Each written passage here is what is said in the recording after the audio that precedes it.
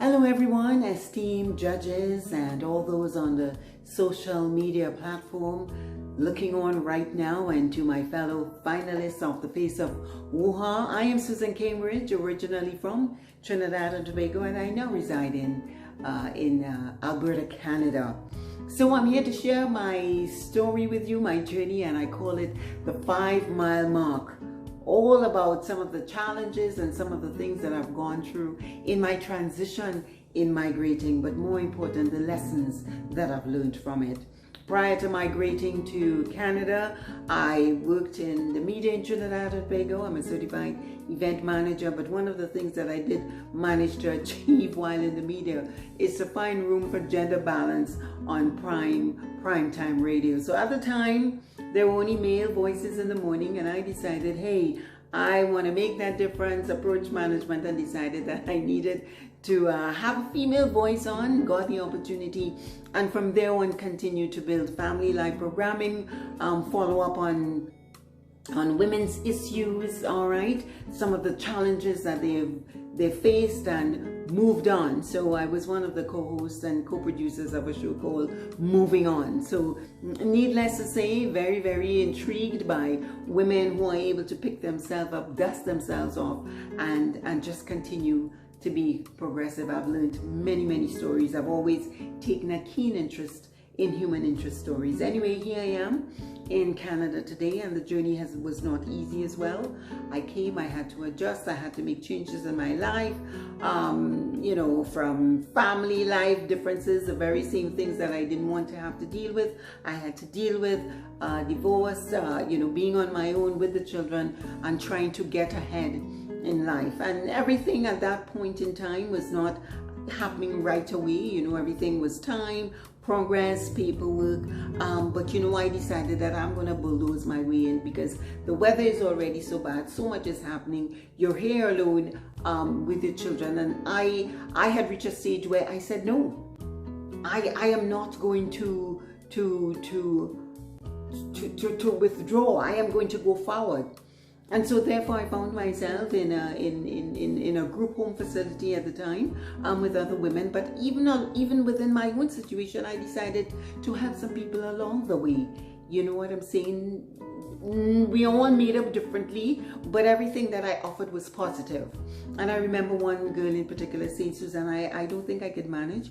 I don't think I could do this. I'm not as forward as you are, and you know, my culture doesn't allow me to be so bold and so brazen. And she was convinced that she was not going to make it. And I said, listen, you are going to make it one day at a time. She said, well, how am I going to measure that? It's easy. You get a calendar, and every day that you get up in the morning, you thank God for a new day. You look back at the calendar and realize you made it yesterday.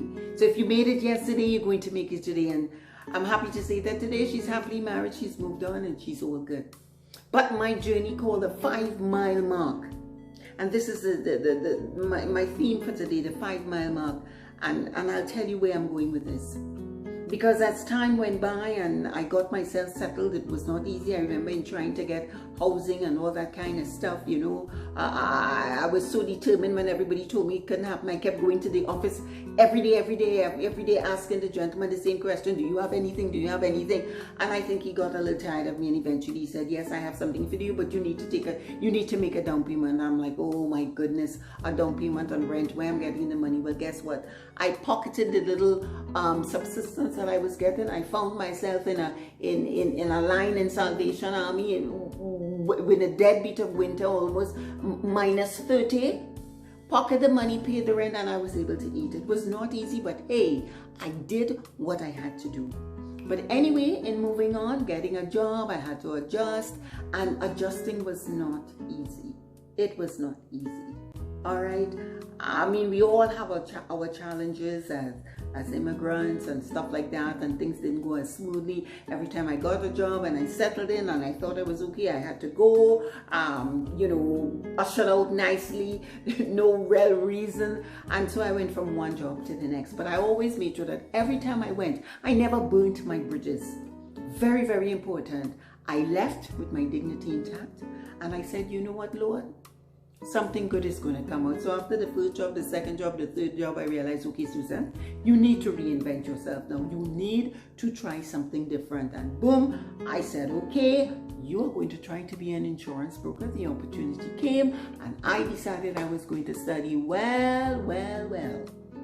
Let me tell you this, it was not easy. It was not easy at all. I did the exams 4 times, missed the pass mark by 5 marks 4 times. But I'm going somewhere with this. Remember I told you the theme is the 5-mile mark. So one of the premises for getting the job, or the prerequisites, was that, okay, you get a job, you have to pass the exam to keep the job. Well, needless to say, after 4 times, I missed the mark by 5 marks 4 times. The manager said, Susan, look, you better give up, because it doesn't seem that you could hit this. And I said, what? Giving up? That's not in my DNA at all. So I said to her, listen, if I go out there and I do that exam 1 more time and I pass, I'm coming back for my job. Well, I don't think she thought that I was joking. Well, I did the exam 1 more time. 5th time, passed the exam with the 5 marks. I didn't get more, I didn't get less. The 5-mile mark, here we are today. But that was my first lesson learned being here. And I said, listen, you see, that is the attitude that you need to get past. You cannot afford to give up. I got the job and I stayed there. Just when I thought that I would anchor myself nicely after a year, once again I was ushered out. Was I faced by it? Yes, but temporarily so, because I decided, okay, you need to create something for yourself now. And so I created a multicultural festival called Lloyd Fest. Lloyd Fest was, the inauguration was in 2019. 2021, I've done it for the 3rd time. It was not easy because initially nobody knew me. Oh, she said she could do this, put this cultural event together. Really? How is that going to happen? Bringing all these diverse cultures together, and I'm talking about with language barriers involved. But you know, I wanted a little street parade, and I wanted the food, and I wanted, oh yes, like a mini carnival. And they were like, is this going to happen? And I said, yeah, this can happen. Where are you getting the funding?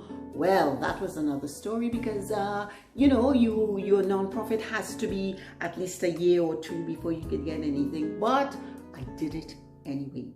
This is the 3rd year that I've done it.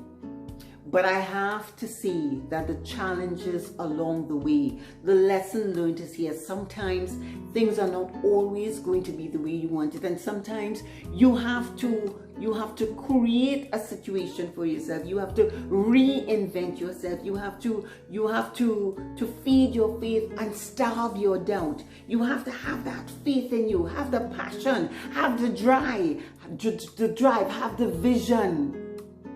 Because it is very easy for the naysayers to tell you otherwise.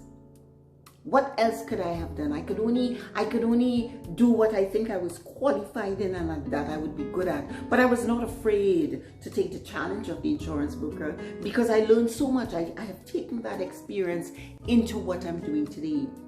And I can say to other women around the world who migrated and who had challenges, you can beat all the odds. You can beat all the odds and do more. It's important for me to leave one country to the next and contribute to the community, right? You need to feel purpose-filled somewhere along the line and help others along the way. So having said that, I have formed a platform, a YouTube channel. It's on its way. Dare to fulfill your dreams, and it's about stories of women who've migrated from one place to the next and the challenges that they have overcome.